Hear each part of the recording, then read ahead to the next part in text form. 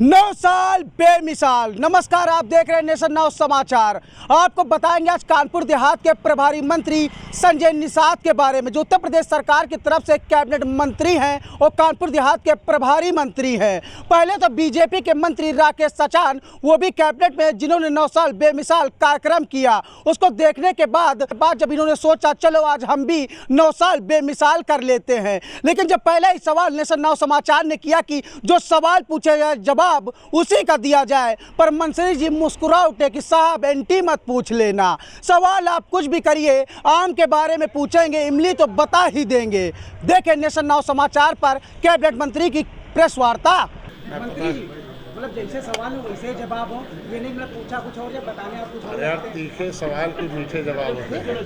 राजनीति है, जनता 9 साल पूरे हो गए, क्या कहेंगे? 9 साल बेमिसाल है। 9 साल बेमिसाल है। 9 साल में आप देखे होंगे बड़े बड़े काम हुए हैं और नव निर्माण के काम हुए हैं। महिला सशक्तिकरण के लिए, उनके रिजर्वेशन के लिए, गरीबों की व्यवस्था के लिए, नौजवानों के लिए, किसानों के लिए, हर जाति हर धर्म के लिए, हर वर्ग के लिए, चाहे इंफ्रास्ट्रक्चर हो, चाहे टेक्नोलॉजी का क्षेत्र हो, चाहे शिक्षा का क्षेत्र हो, चाहे मेडिसिन का क्षेत्र हो। आप समझ सकते हैं कि पहले हमारी प्रतिभा दूसरे देशों में जाती थी। अब कम से कम प्रतिभाशाली लोगों को यहाँ हम लोग ट्रेंड करके ही उन्हें रोजगार देने का काम करें। तो 9 साल में हमारे बहुत बड़े बड़े काम हो गए। 17 से पहले आप समझ सकते हैं, देख सकते हैं, और 17 के बाद आप देखेंगे तो आप बहुत परिवर्तन खुद पाएंगे।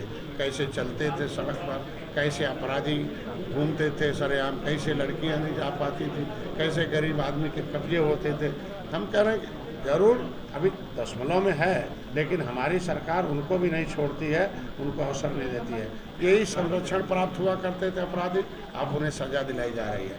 पहले अपराधी के घर पर चस्पा नहीं कर पाते थे पुलिस वाले अपने नोटिस को, अब यहीं होंगे आप ही लोग होंगे, लेकिन आज के दिन में अपराधी जो है अपने आप कहते हैं भैया नोटिस लाने की जरूरत नहीं है, हम अपने से हाजिर हो जाएंगे। ये सरकार है, सबसे बड़ा इसी की देन है कि उत्तर प्रदेश में निवेश करने के लिए तैयार है दुनिया के लोग। दूसरे प्रदेशों से हम आज अर्थव्यवस्था में दूसरे नंबर पर आ गए। जब हमारे पास अर्थ नहीं रहेगा तो हम व्यवस्था कहाँ देंगे भाई। हम कागज़ की व्यवस्था पर विश्वास नहीं, काम है आज। हम रेवेन्यू सरप्लस उत्तर प्रदेश आज, हम घाटे में नहीं हैं, राजस्व में है।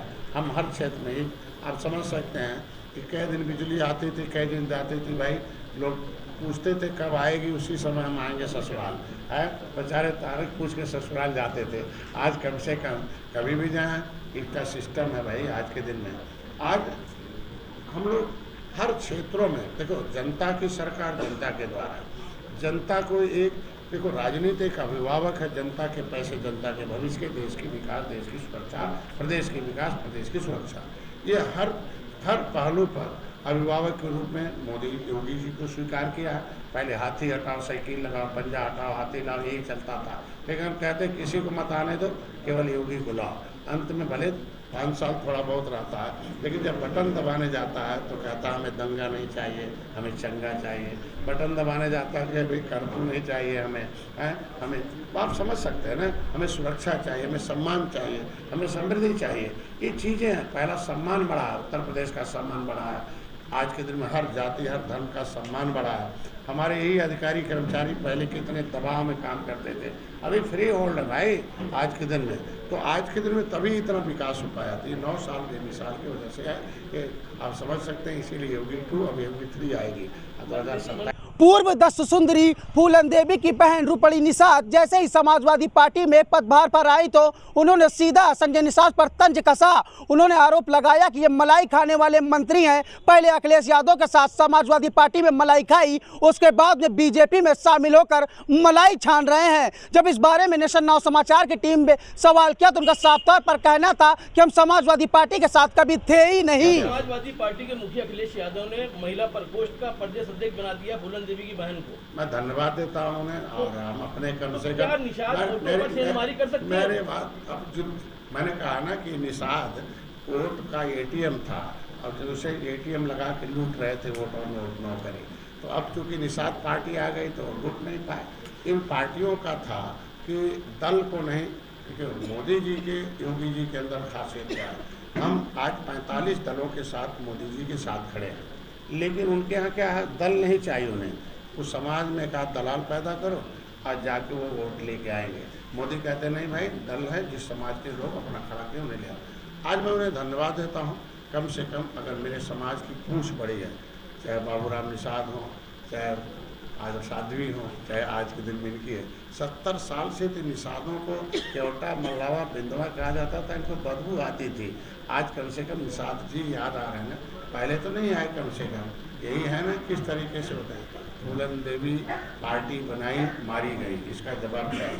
फूलन देवी सपा से अलग हुई, मोह भंग हुआ, पार्टी बनाई, 27 दिन बाद मारी गई। फूलन देवी को अगर अपना सांसद मानते हैं, उनकी माँ को सांसद का दर्जा क्यों नहीं दिलाया? फूलन देवी को अगर अपना सांसद मानते हैं तो उनकी जो प्रॉपर्टी उनके समाजवादी चौरसिया कब्जा किया मिर्जापुर में क्यों नहीं दिलाते हैं? आज के दिन में सदन में क्यों नहीं उनकी CBI जांच की आवाज़ उठाते? तो ये चीज़ें हैं। आज के दिन में मैं धन्यवाद दूंगा, कम से कम एक निषाद समाज के आरक्षण की आवाज़ उठाई, फूलन देवी मारी गई। महेंद्र सिंह राजपूत, धनीराम वर्मा, रघुवर दयाल वर्मा, मनोहर लाल, जयपाल कश्यप, जोरी बिंद, ये सारे निषाद नेता मारे गए, क्योंकि अंग्रेजों से ज़्यादा क्रूर पार्टियां हैं। फिर नेता जो आवाज़ उठाते रहे कि संवैधानिक सुरक्षा जैसे मांगा गया, इन्हें मारो। सौभाग्यशाली हैं डॉक्टर संजय कुमार जी, मोदी और योगी जी ने गले लगाया, इस तरीके से गले लगाए जैसे भगवान राम ने निषाद राज को गले लगाया था। त्रेता में सेना देकर रावण को खत्म किया। अच्छा, रुक्मणी जी ने कहा है निषाद समाज आपके साथ नहीं है। पहले आपने सपा के साथ किसी के कहने से देखो, सपा के साथ में मलाई है, बीजेपी से डबल मैं मलाई सपा कभी सपा में था ही नहीं। मैं मेरी खुद की party Nishad party, peace party, Bahujan Samaj party, 4 party मिलकर चुनाव लड़ी थी, तब गोरखपुर जीते थे। मोदी जी ने तो हाथी और पंजा को ख़त्म कर दिया था, साफ कर दिया, साइकिल को हाफ कर दिया था। 2017 में मिटा दिया था, 2018 में मैंने ऑक्सीजन दे दिया। समझ गए कि नहीं? फिर ये दोनों को एक किया था, बहन जी और माननीय अखिलेश जी को।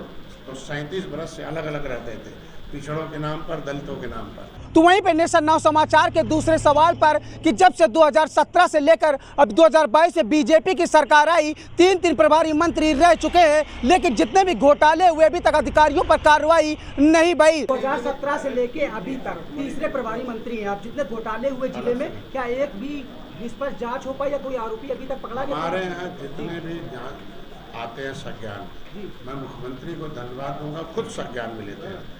और जांच में जो दोषी होता है, कितना रसूखदार हो, उसके खिलाफ पक्का कार्रवाई होती है, चाहे किसी पार्टी का सदस्य हो। आपने देखो उठाकर हमारा देखा, पहले एजेंसियां उनके संरक्षण में थी, स्वतंत्र, अब सजा दिला रहे हैं। और निश्चित रूप से जो भ्रष्टाचार में शामिल होंगे वो सजा के पात्र। क्या 9 साल बेमिसाल कार्यक्रम था यहाँ पर सरकार की उपलब्धियां गिनाने के लिए या सिर्फ चुटकी लेने के लिए? कानपुर देहात से ब्रिज सादाब खान के साथ हिमांशु शर्मा, नेशन नाउ समाचार, उत्तर प्रदेश।